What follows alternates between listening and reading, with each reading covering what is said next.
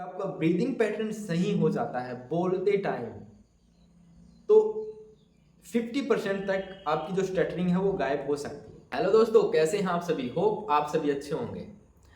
आज की हमारी वीडियो का टॉपिक हमारी डीप ब्रीदिंग के ऊपर होने वाला है। डीप ब्रीदिंग का मेरा मतलब है कि आपको आज एक्सरसाइज बताई जाएंगी आपकी ब्रीदिंग पैटर्न को सही करने के लिए।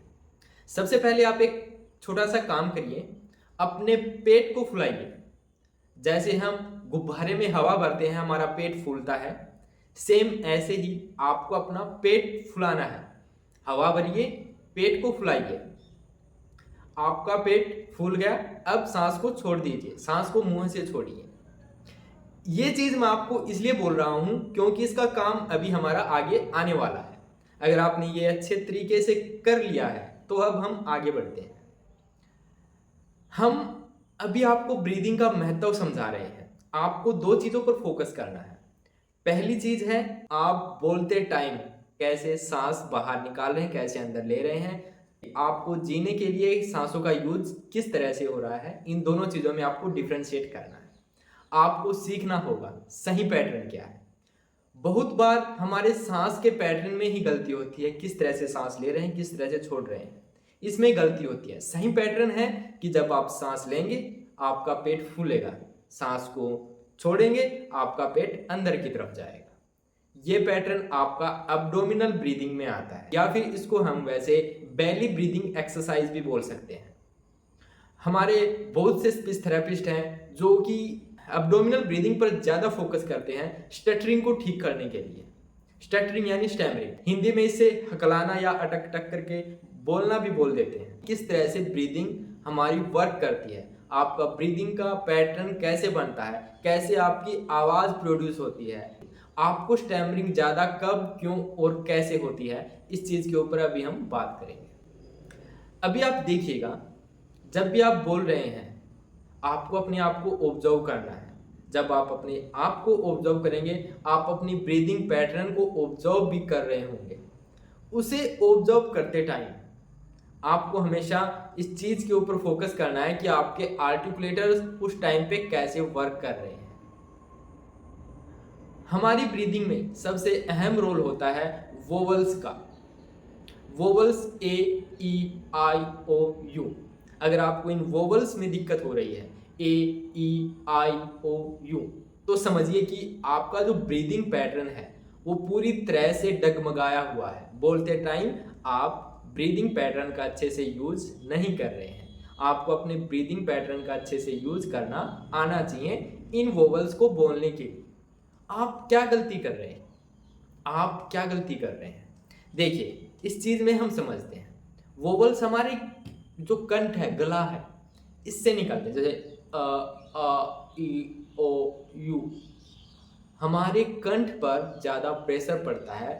कंठ में हमारे दो वोकल फोल्ड होते हैं, कुछ इस तरह के मान लीजिए। जब आप कुछ भी बोल रहे होते हैं ये हमारे इस तरह से कनेक्ट होते हैं। एक सेकंड में ये करीब आपके 250 बार ऐसे वाइब्रेट करते हैं। तो आप समझ सकते हैं कि प्रोसेस कितनी जल्दी रिपीट हो रही है। अगर हम एक स्पीच मैकेनिज्म को समझे, कैसे हमारी साउंड प्रोड्यूस होती है, तो आप इसमें देखेंगे कि जो सांस हमने ली वो हमारे लंग्स में गई। लंग्स से जब वो वापस बाहर आ रही है तो वो हमारे ट्रैकिया, जो हमारा गला है, इसमें वोकल फोल्ड के थ्रू होते हुए जो आपका वोकल फोल्ड है उस पर प्रेशर बनता है। उस पर प्रेशर बनने की वजह से ये वाइब्रेट होते हैं, और जब ये वाइब्रेट होते हैं तो वहाँ से साउंड बनती है। साउंड और स्पीच दोनों अलग अलग चीज़ें हैं। जब आपका गला वाइब्रेट करता है, वोकल फोल्ड वाइब्रेट करते हैं, तो साउंड बनती है। साउंड जब आपकी ओरल कैविटी, जहाँ पे आपके टंग, टीथ या फिर सॉफ्ट पैलेट, हार्ड पैलेट, ये सब चीज़ें हैं, वहाँ पर आने के बाद जब आपके आर्टिकुलेटर्स का वर्क होता है, जब आर्टिकुलेटर्स अपना काम शुरू करते हैं, आपकी टंग आपके माउथ के अलग अलग हिस्सों में जाके उनको स्पर्श करती है, उनको छूती है, तब हमारी एक साउंड बाहर निकलती है, तब हमारी स्पीच बाहर निकलती है। तब आप एक अच्छे से एक शब्द को, एक सिलेबल को अच्छे से प्रोनाउंस कर पाते हैं। ये हमारा स्पीच मैकेनिज्म है, इसको आपको अच्छे से समझना पड़ेगा। सेम ऐसे ही हम अपने पिछले टॉपिक के ऊपर आते हैं, वोवल्स का प्रोनाउंसिएशन।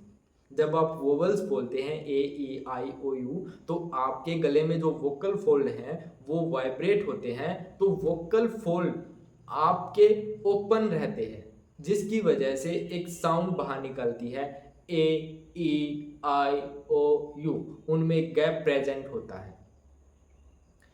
आपको यही चीजें महसूस करनी है। अब आपको स्टैमरिंग में ब्लॉकेज आ रहे हैं, आपको वोवल्स में दिक्कतें हो रही हैं, तो आप क्या करेंगे? आपको ब्लॉकेज आ रहे हैं, आपको महसूस करना होगा क्यों ब्लॉकेज आ रहे हैं।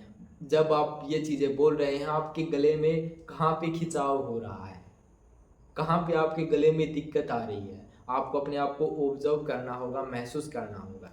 मैंने आपको अपनी पहली वीडियो में बताया था कि अपने आप को ऑब्जर्व करना ही एक स्पीच थेरेपिस्ट के जैसा वर्क करना है अपने आप के ऊपर। आप अपने आप के एक स्पीच थेरेपिस्ट आसानी से बन सकते हैं अगर आप अपने आप को ऑब्जर्व करना सीख जाएंगे, बोलते टाइम किस तरह से बोल रहे हैं, और अपनी सांसों पर ध्यान देने लग जाएंगे, कैसे आप सांस ले रहे हैं, कैसे छोड़ रहे हैं।